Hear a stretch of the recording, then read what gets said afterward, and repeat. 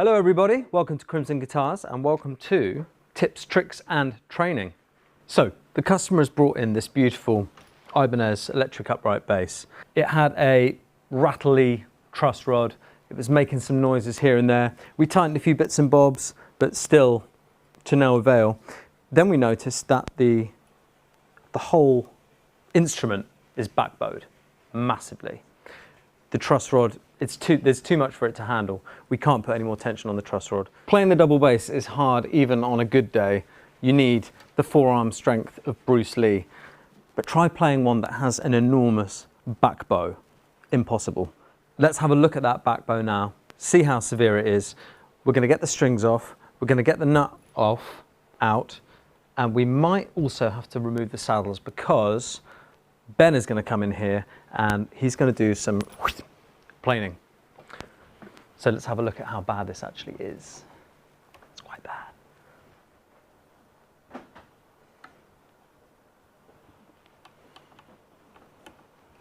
It's also been strung up wrong, so we can fix that later.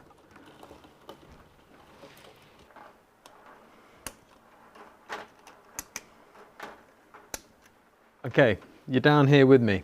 Let's have a look at how bad this actually is. I'm going to get my notch straight edge and I'm going to hold it down at the nut end and I'm going to measure and 2.5 mil. Ben. The thing is that the truss rod is pushing back as much as it will, pushing forward as much as it will. Yeah, the truss rod is not man enough to do anything about this. This is beyond it.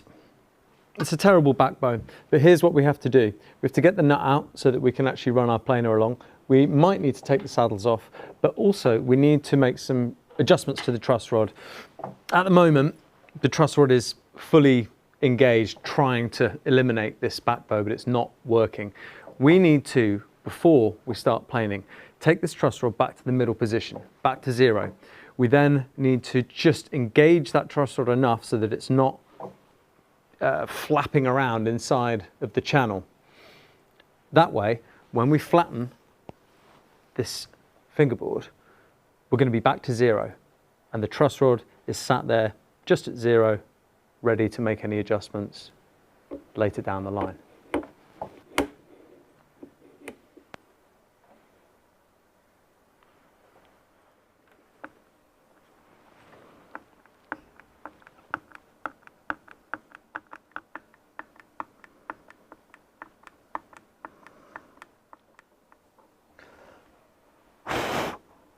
Dusty.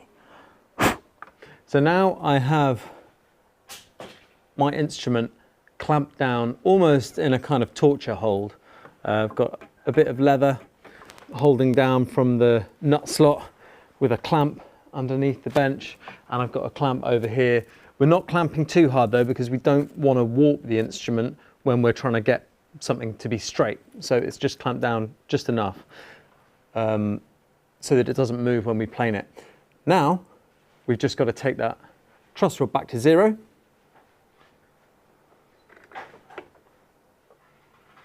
And it really was super engaged. My goodness, that's no good.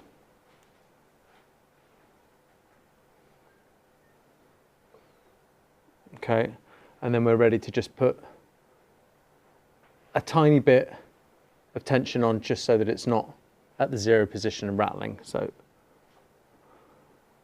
thusly, good to go. To plane with the grain, I need to go this way, and this is upside down. We need to get Sofia. Oh, sugar ray. Oh, that's Nice.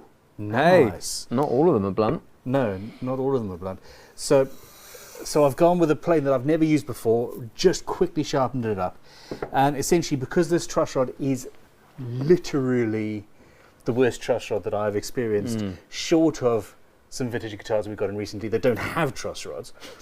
I'm not even joking. Essentially, there's not enough movement. It's got the back bow. The string tension isn't pulling the instrument straight, so we're going to have to make it flat with a plane and then sand it back. I'm hoping we don't go through the The dot's too deep, but I'm going to need to remove some material. Now, I'm quite happy that it's planing quite easily. This feels like teak. I don't know, what is this fretboard supposed to be? I have no idea. I haven't actually thought about that yet. So the trick is, push down on the nose of the plane, and then as you get about halfway through, you push down on the back, and the straightness that you've put in with the front of the plane is then copied by you sitting on the back. If you were just to put pressure on the front, you'd continue the curve that you start with. And essentially,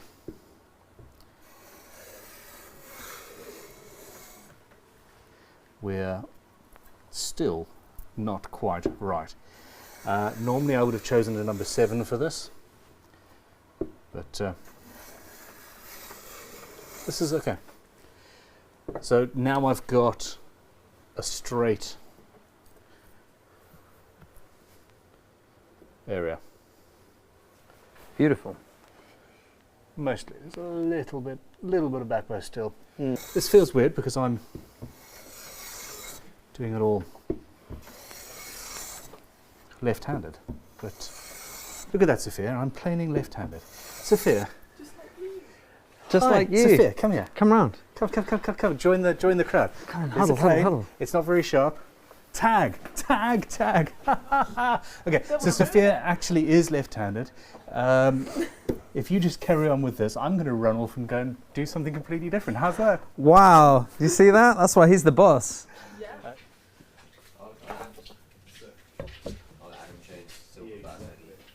Pretty cool. So yeah, that's fun. She's up there.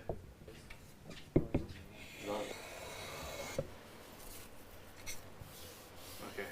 Push record. So thanks to Sophia and Ben, we now have a completely flat fingerboard.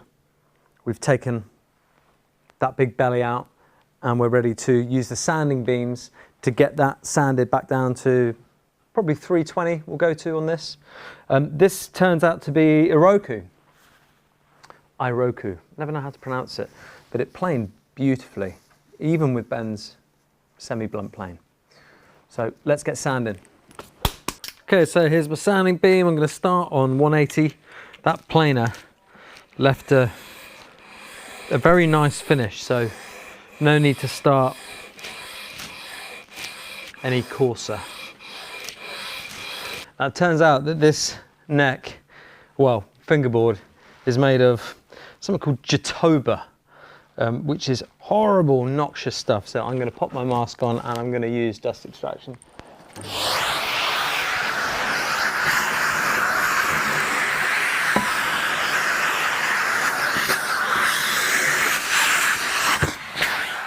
That is gnarly. Some wood, when you sand it, it just turns into like dust so fine that it almost is a kind of, it's almost like a paste. Like it's oily wood and the dust is so tiny that it just becomes this nasty paste, and you can only imagine what that does inside your blowers. Let's do the biggest fretboard oil that I've ever done. The big spill. Yeah, let's do it. You know I like doing this, so I'm going to enjoy this. Now, I've said it once before, but it bears repeating.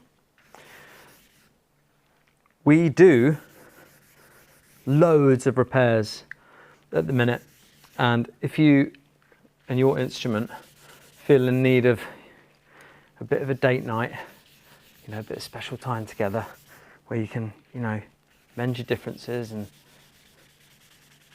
become new people together, come to Dr. Josh. Gosh, that's coming up beautiful. Isn't that pretty? We should mention these little saddles actually, very cool. Each its own individual pickup, and I guess in the same way as like a piezo. Here's the string vibrates and the sound is transmitted through the bridge. The other thing we need to do is the nut, because I noticed that the string was kind of sitting on top of this very deep nut slot. I mean, that nut slot is nowhere near what the string is. thickness wise. So I think we'll have to fill that, make some kind of a paste, fill that up, and just kind of start again. Here we are. I've given them a bit of a clean out. They were absolutely full of sawdust, but here we have our little ground. They each have their own little ground, and then wire runs up, and then inside here is a wee pickup. Very sweet, very nice little design. Right, let's get him back in. Come on, Josh, hurry up. Turns out he's supplied a slightly different gauge of string, so we're just going to see how we go with the nut. I think it might be that we don't actually have to do too much filling there, so that'll be good, seeing as he is coming now in about 5 minutes.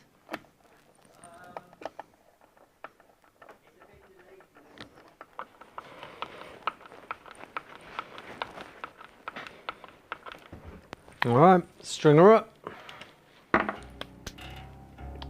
Okay, I'm listening for rattle, because that's why it came, sorry, I sounded really Somerset then.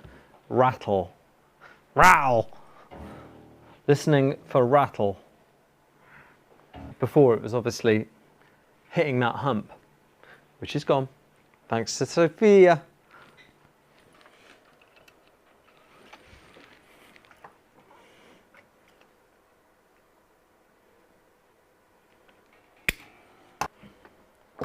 I've always been curious to know what the kind of pounds per square inch tension is on an instrument like this. I'd love to know. If any of you want to comment, I'm basically just lazy, don't want to do the research. Can you do it? I bet it's a lot. I mean, these strings are like lift shaft wires. Okay, well the strings are back on. I mean, they're off now, but they were, and there's no buzzing. Sounds really good. So last thing I'm going to do is put some slippery nut sauce into the nut slots and string it up and give it a little try, and it's ready to go.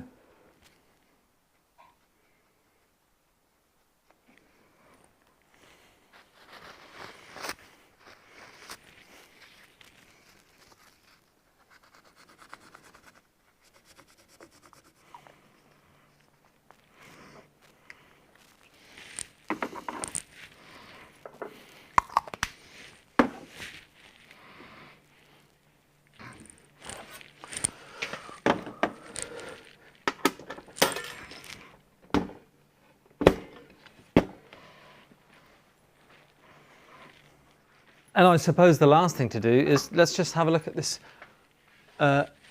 fingerboard with no tension and then with tension. So I literally can't see a shard of light under there at all. There's no rock whatsoever. Sofia and Ben did a grand job. Let's put it under tension and then see.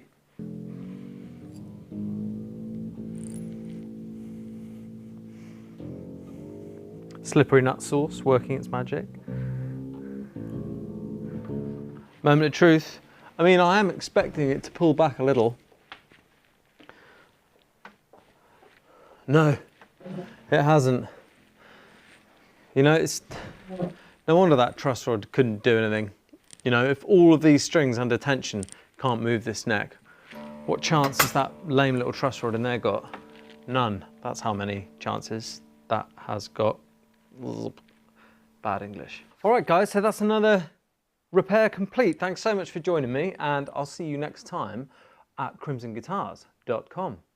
Thanks for listening, and thanks for watching. See you later.